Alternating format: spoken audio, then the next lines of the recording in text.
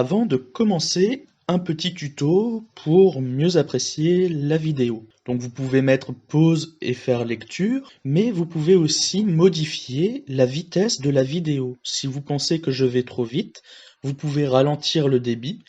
Si cela ne va pas assez vite, vous pouvez augmenter le débit. Ensuite, si vous voulez couper la lecture en plusieurs fois parce que vous trouvez la vidéo trop longue, il y a un chapitrage qui est présent dans la présentation de la vidéo. Donc vous pouvez directement aller au chapitre sur lequel vous vous êtes arrêté. De temps en temps, il y a des compléments d'information. C'est quand il y a le logo I, donc le logo information, qui apparaît en haut à droite de l'écran.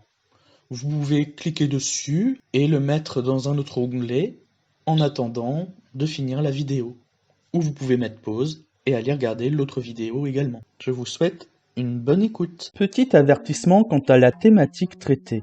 La religion est un thème parfois polémique, un thème qui peut heurter la sensibilité de certaines croyances. Ainsi, dans ces vidéos, il n'y a pas de jugement de valeur. Il y aura des blasphèmes, qui peuvent être volontaires ou non, et étant un discours sur les courants religieux généraux, les exemples pris peuvent être imprécis ou ne pas correspondre aux nombreuses particularités des différentes familles religieuses. Ceci étant dit, je vous souhaite une bonne écoute. Bienvenue dans une divagation, c'est-à-dire un cheminement de pensée. Nous sommes ici dans la troisième partie sur le thème de la religion. Nous nous concentrons sur les besoins auxquels répondrait la religion, notamment concernant la quête de sens et le bien-être de l'âme. Cela suit une certaine évolution de la pensée des hommes et des femmes.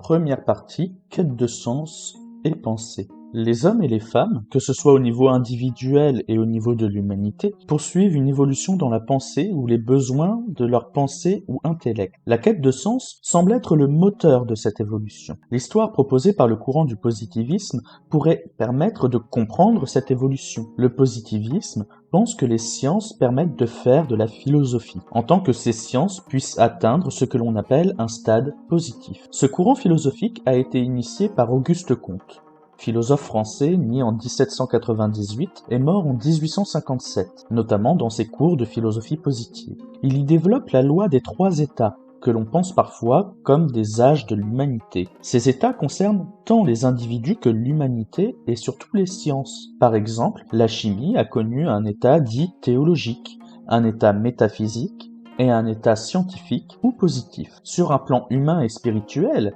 ces états peuvent être pensés respectivement comme l'enfance, l'adolescence et la maturité ou l'état adulte. Chaque état est caractérisé par un questionnement différent et par ce que cela implique dans la vie humaine, spirituelle et scientifique. L'état théologique va penser ce que sont les choses. Il y a une explication par la cause efficiente, par ce qui produit des effets. Ainsi, s'il y a des récoltes, c'est grâce à la fertilité de la terre. Cet état correspond à une pensée polythéiste, puisque s'il y a des récoltes, c'est grâce à Héra et Déméter, par exemple. Les questionnements sont donc quoi et qu'est-ce qui se passe? L'état métaphysique va penser le sens des choses. Il y a une tentative d'unification du système naturel sous un même principe. Le monothéisme en religion correspondrait à ce stade.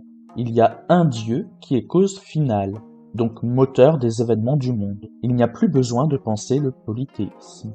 Le questionnement ici, c'est pourquoi l'humanité se situerait à ce stade. Le stade scientifique, ou positif, ne tente plus de répondre au sens qu'ont les choses, puisque ce serait une démarche vaine. Il y a une étude du fonctionnement du monde. Le questionnement, c'est comment on va, en scientifique, penser les lois nécessaires ou naturelles. Il y a comme un renoncement, puisque l'état scientifique nous reconnaît impuissants à connaître tous les phénomènes du monde et à expliquer le pourquoi des choses. Il faut accepter que nous ne pouvons pas tout expliquer, même si nous pensons connaître des choses. Et Dieu serait l'un de ces éléments. Deuxième partie, de la connaissance de Dieu et de sa non-explication. Dieu n'étant pas un objet de perception ou d'expérience sensible, si nous devions le connaître, ce serait connaître l'idée de Dieu. C'est ce à quoi nous pouvons aboutir à la lecture des méditations métaphysiques de Descartes. Dieu serait l'idée de perfection et d'infini dans notre âme. L'homme étant imparfait et fini, il va penser son contraire et il en arrivera à l'idée de Dieu. Il faut également se rendre compte que l'entendement ne peut pas penser la non-existence des choses. Ainsi, quand on pense une chose, même pour dire qu'elle n'existe pas, on la fait exister. Il y a comme quelque chose de performatif dans notre pensée. Lorsqu'elle l'énonce, elle constitue la chose. Nous retrouvons l'argument ou la preuve ontologique de l'existence de Dieu. Ainsi, pour Descartes, Dieu existe, et en plus, il se donne à lui-même ses propres perfections, puisque l'homme n'est pas suffisamment parfait pour faire exister quelque chose de mieux que lui. Pourtant, les hommes et les femmes ont cette idée. Pour répondre à cela, Descartes écrira que Dieu est une idée innée, une idée créée avec moi. Ce n'est donc pas une construction ou une acquisition humaine. Néanmoins, cette idée innée est trouvée par le cogito, le raisonnement qui remet tout en doute, jusqu'à parvenir au fait qu'après avoir ôté de mon esprit toute réflexion, toute connaissance, il ne reste qu'une chose, le fait que je pense. Donc la seule certitude que j'ai est « je pense, donc je suis » ou j'existe. Le fait est que je ne peux pas déterminer mon origine, et je ne serai pas assez parfait pour être à l'origine de cela. Il y a donc un être parfait que l'on reconnaît dans le concept de Dieu. Je ne suis pas Dieu, Dieu existe et il est hors de moi. Si nous suivons ce raisonnement, cela signifie qu'adhérer à la religion ou à une croyance en Dieu ne serait pas un sentiment, mais un cheminement de la raison. Cela s'écarte de l'idée commune de la foi, à moins que ce que nous appelons foi ne soit pas un sentiment. Cette distinction a été pensée par le motu proprio sacrorum antistitum du pape de l'Église catholique Pie X, né en 1835, mort en 1914 et en fonction de 1903 jusqu'à sa mort. Pie X écrira que le sentiment est une passion, il vient du cœur, comme une volonté moralement informe. C'est un élan qui n'est pas raisonné. La foi serait l'accord de l'intelligence donné au dogme, c'est-à-dire une validation. Si tel est le cas, la foi serait également un élément transmissible. Cela dépendrait d'un certain charisme, c'est-à-dire de l'attachement des individus aux personnes et aux messages transmis. Mais si tel est le cas, cela signifierait qu'il n'y a rien d'évident dans la foi, dans la religion ou dans les dogmes. Ceci serait contre-intuitif. Troisième partie, des dogmes contre-intuitifs. Si ces dogmes sont contre-intuitifs, cela signifie que la religion est une construction humaine qui vient influencer l'éthique et le développement des hommes et des femmes. C'est un raisonnement que nous pouvons retrouver chez le marquis de Sade, né en 1740 et mort en 1814. Il est romancier réputé pour ses textes érotiques, mais il est aussi homme politique et philosophe. Il a pris position contre la religion et la monarchie dans le troisième dialogue de la philosophie dans le boudoir. Je vous en lis un extrait. Ah, renonce aux vertus, Eugénie. Est-il un seul des sacrifices qu'on puisse faire à ces fausses divinités qui vaillent une minute des plaisirs que l'on goûte en les outrageant? Va, la vertu n'est qu'une chimère dont le culte ne consiste qu'à des immolations perpétuelles, qu'à des révoltes sans nombre contre les inspirations du tempérament. De tels mouvements peuvent-ils être naturels? La nature conseille-t-elle ce qui l'outrage? Ne sois pas la dupe, Eugénie, de ces femmes que tu entends nommer vertueuses. Ce ne sont pas, si tu veux, les mêmes passions que nous qu'elles servent, mais elles en ont d'autres, et souvent bien plus méprisables. C'est l'ambition, c'est l'orgueil, ce sont des intérêts particuliers, souvent encore la froideur seule d'un tempérament qui ne leur conseille rien. Devons-nous quelque chose à de pareils êtres? Je le demande.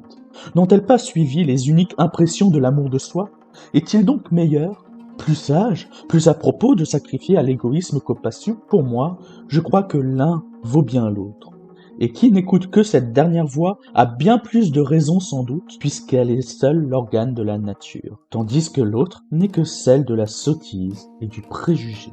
Ainsi, la vertu, à savoir l'idée de devoir chez Sade, ne serait rien sans la religion. La vertu serait une lutte des hommes et des femmes contre la nature. Ici, l'auteur cherche à opposer l'idée de Dieu, donc de vaines tentatives d'explication du monde, et l'idée de nature, qui est le développement légitime des passions humaines qui ne recherchent pas de sens, mais simplement leur expression. Attention, cela ne veut pas dire que Sade est contre la religion. Il est contre Dieu tel que pensé chez les chrétiens, et qui imposerait aux hommes de ne pas suivre leurs intuitions. Ainsi, Dieu serait une fausse divinité, la vraie étant le naturel. La vertu nous mènerait à d'autres comportements condamnables, comme l'orgueil, l'ambition, l'égoïsme ou encore la froideur. Ce seraient des sottises et des préjugés sur les hommes et leurs supposés devoirs. Ce qui est naturel, ce sont nos passions, pas les religions. Nous rejoignons l'idée de la religion comme système politique, c'est-à-dire comme système de gestion de la communauté. Mais que ce soit par la passion ou par le dogme,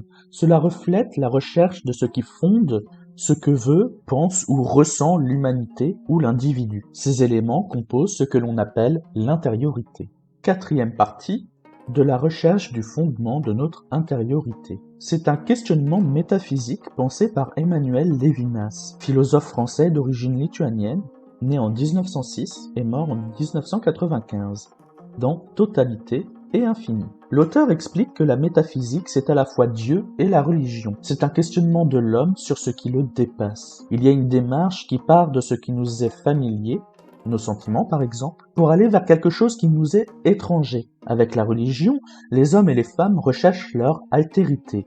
On veut aller au-delà de notre nature pour penser ce qui va être notre fondement. Mais si la religion est issue de notre intériorité pour aller vers notre altérité, il y a peut-être la rencontre de la communauté ou d'une vision du monde. Nous traiterons de cette question dans une quatrième partie. Merci d'avoir été à l'écoute et à bientôt.